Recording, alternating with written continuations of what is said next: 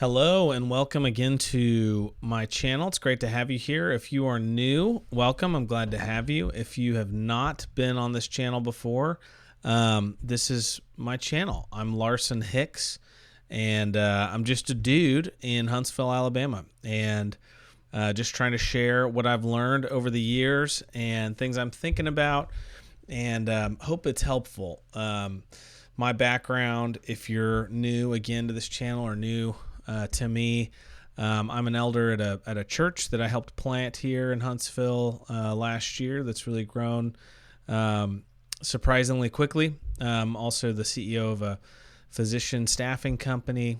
A dad. I've got 6 kids. Number 7's coming next week. So full house. Lots and lots going on.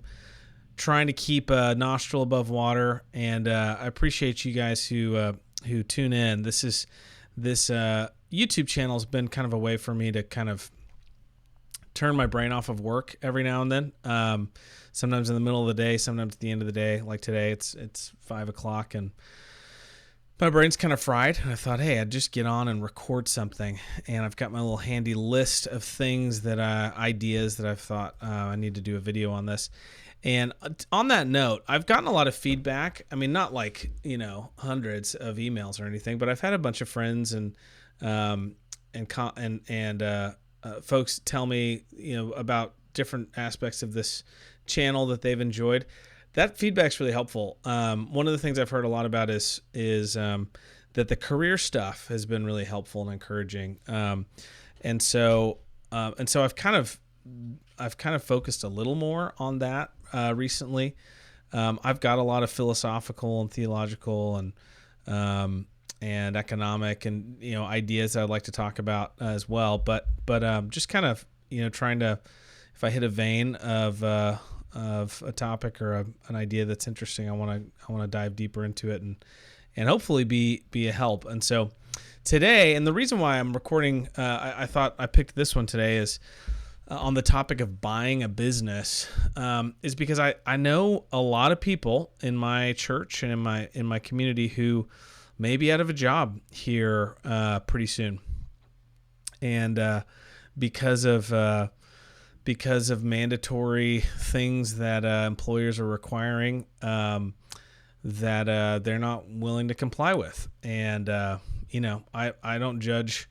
I won't judge you for complying or not complying. I think there's a lot. It's a very complicated, difficult decision, and I think it's a decision that every man and woman has to make for themselves and for their family. But suffice it to say, we got a lot of folks in our community who are about to be trying to figure out what to do next. And I think this idea of buying a business may not be the idea that you've thought of or you've been even open to, but I actually think it's way more attainable than starting a business. So hear me out on this. And I'll tell a story about another friend of mine. Maybe I can have him on the show one of these days. If that's something you'd like to hear, if you'd like me to get deeper into this man's story, this friend, Ron, then let me know and maybe I can get him to come in and do an interview. But the big picture, I've got a video I did a little while ago about the difference between starting a business and running a business, operating a business, kind of the difference between a business and a startup. And in that video, I basically talked about how a startup is a temporary organization that exists to discover a business model. A business exists to execute a business model. If that doesn't make sense, go back to that video. I think it was earlier in October.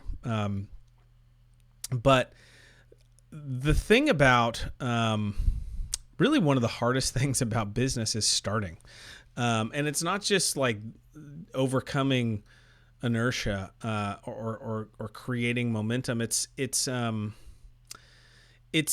not just all the costs and the things that it takes to get off the ground, but it's that whole process of discovering your market, discovering a niche. You don't know what you don't know when you start a business, and a lot of people fail before they discover their niche. A lot of people set their hand to the plow with not enough money, in the bank with not wildly underestimating how much time it's going to take to get the thing going. And I appreciate the bravery. I've been that guy. I tried to start two different businesses. I quit my job and tried to start two different businesses, and very naively just thought, I'm just going to try to bootstrap this. I'm just going to try to jump in there and get this thing going.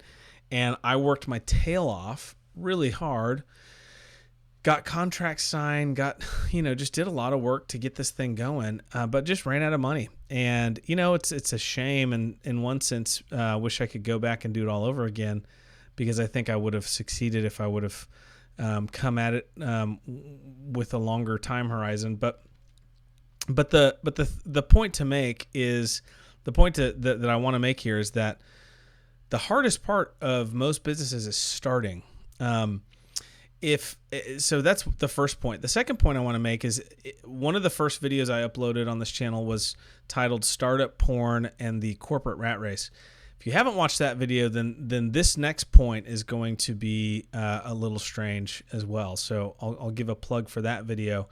And the point is that I don't think the goal for a Christian in business is to sell. I'm not saying that that's an evil thing in and of itself, but I think that that this whole culture of the whole point of starting a business is to build it so to where it grows and attracts investors so you can turn around and sell it.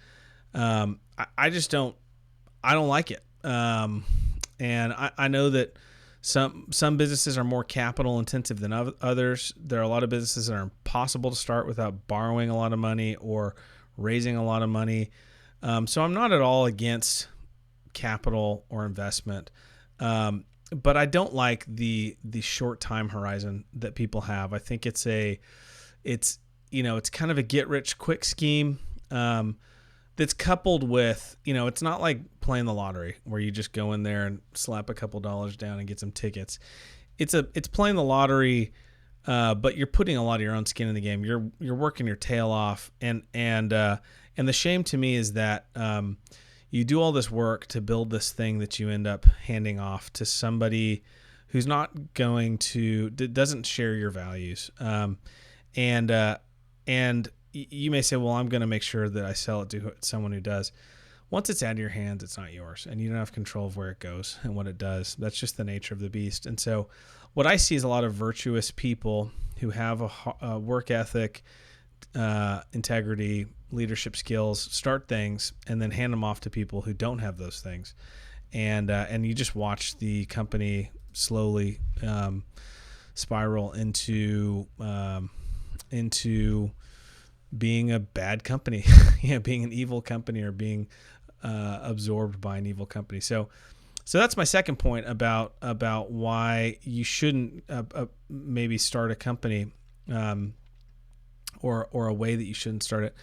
But the thing that I want to kind of settle in on here is this idea that because you're not trying to build a company to sell it, and because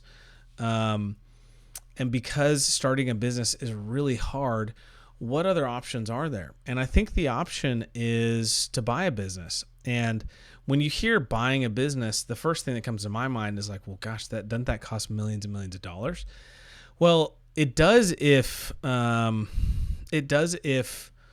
you're trying to buy some company that's got some hockey stick like growth, because that's where the value is this future potentiality. And that's what people invest in. And that's the whole startup culture. That's what you're the perception that you're trying to build so that you can sell for a ton of money. But if you look around you in your city, just look around you, there are dozens, if not hundreds, of awesome, solid, profitable businesses that people are making a great living at, that are not doing this crazy hockey stick growth thing, but are super profitable. You've got everything from things in the construction industry. You've got mom and pop restaurants and shops of all manner.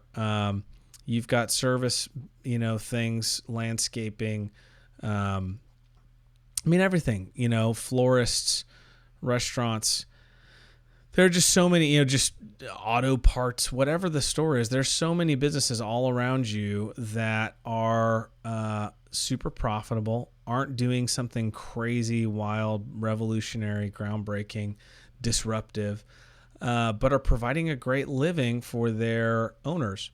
And what's also true is that because most people are not thinking multi-generationally about work, because they don't understand kind of some of the concepts I've talked about on this channel too, about the household. I've got a video, I think, called Household Slavery Equals Employment or something like that. And I was trying to make this point that we sort of trade, we sort of exchange for comfort and quote unquote security. We exchange that for ownership. So we have a household that we are, me and my wife are together 100% owners of this household. And yet we both, in the typical American household, you both do nothing to invest to build a business and an economic enterprise within your own home, and you go work for someone else's household where you have zero equity, you have zero ownership, and you just get paid a wage. And so that's what so many of these businesses around your town have done, and they don't have kids who have grown up in the business with the plan to take over the family business. And so they're looking to get out, and they've spent their whole life doing the very hardest part, which is getting the business off the ground and getting the business profitable. They've done that hard part, and now they want to retire, and they don't have anybody to hand it off to. And so you can go on like business broker websites and find businesses for sale in your area. And the cool thing about these businesses is the prices that they're asking are not crazy. Usually owner financing is on the table, and it's actually a benefit for the owners to finance it because they don't get a big lump of cash in 1 year that they end up having to pay a ton of tax on. And so if they spread it out over a couple of years, it's actually a benefit for them. And so the price can be really reasonable. A lot of people can just like refinance their home and pull the cash out that they need to make this like down payment. But an example, I'll give a really fast flyby example of a friend of mine. His name is Ron, who did this very thing. He'd been in the corporate rat race for 20, 30 years and was ready to do his own thing. I was just thinking, I'm smart. I don't know why I'm not running a business, and I don't know why I'm working for someone else. And so he got on a business broker website, and his criteria was like, I don't care what the business is. It just needs to be profitable enough to where it's spinning off enough cash that I could, make a decent living. And I think he was looking for, a really modest income, but just like if it's his own thing versus working for someone else, the value of that being the difference maker. And so, and other than that, that was it. And it had to be within driving distance of his home. So he ended up he lives here in Huntsville or in Madison. He ended up buying a business, I want to say outside of Birmingham. It's about a 45-minute drive, I think, for him every day. He bought this business that was, of all things, a retail scrub store. So it was a store that sold surgical scrubs and just hospital scrubs. And super boring business. I mean, it's like, what? How are you gonna become a millionaire selling scrubs? Hadn't that been done before? It's like, yeah, it's been done before, and it's a thing that people need. And these guys are this old couple that's ready to retire is making a good living on it. And so he did exactly what I'm talking about. I think he got a second mortgage or refinanced his home, put a down payment, worked out a owner finance deal, and got in there and took over this business. And the cool thing is he came in, and I see this a lot with businesses where you put all this energy into getting the thing off the ground, and then when you finally get it profitable, you sort of collapse into your chair like, let's just leave it alone and let it just run now. and it's kind of natural, right? That you're just you're burned, you've burned the midnight oil for so long just trying to get this thing going, and now that it's like profitable, you just don't want to mess it up.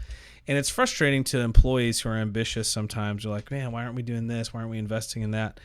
And it's understandable to me that owners get to that point to where they're like, I just don't want to touch it right now. I just want to let it go. But there's a huge opportunity there for the person who's buying the business, because you're coming in sort of standing on their shoulders, and you've got this energy and enthusiasm. This is your thing now, and you can do whatever you want with it. And so this is what my friend did. He came in and like he was asking really simple questions like, why don't we offer any scrubs in the color yellow? And he called asked all these customers. A lot of customers wanted yellow. Called all the manufacturers. Nobody made yellow. He ended up buying a bunch of bolts of yellow fabric and sending them to the manufacturer, and they made them for him, and he put them in the windows, and they sold like gangbusters, right? Simple stuff like that. Started selling shoes, took the business online. It hadn't been online. The online thing blew up.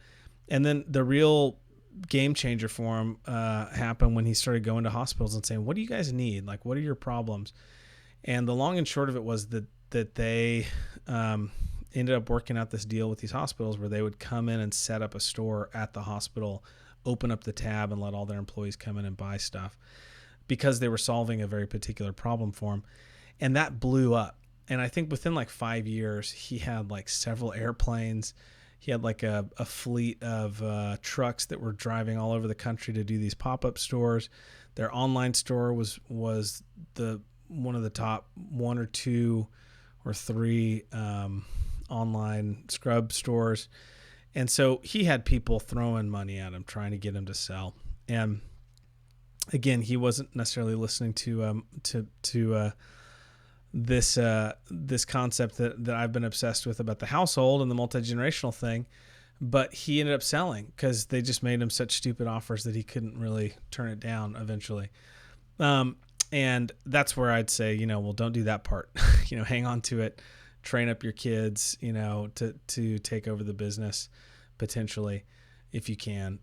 Hang on to the golden goose that's laying the golden egg, or hang on to the goose that's laying the golden eggs. Don't kill it.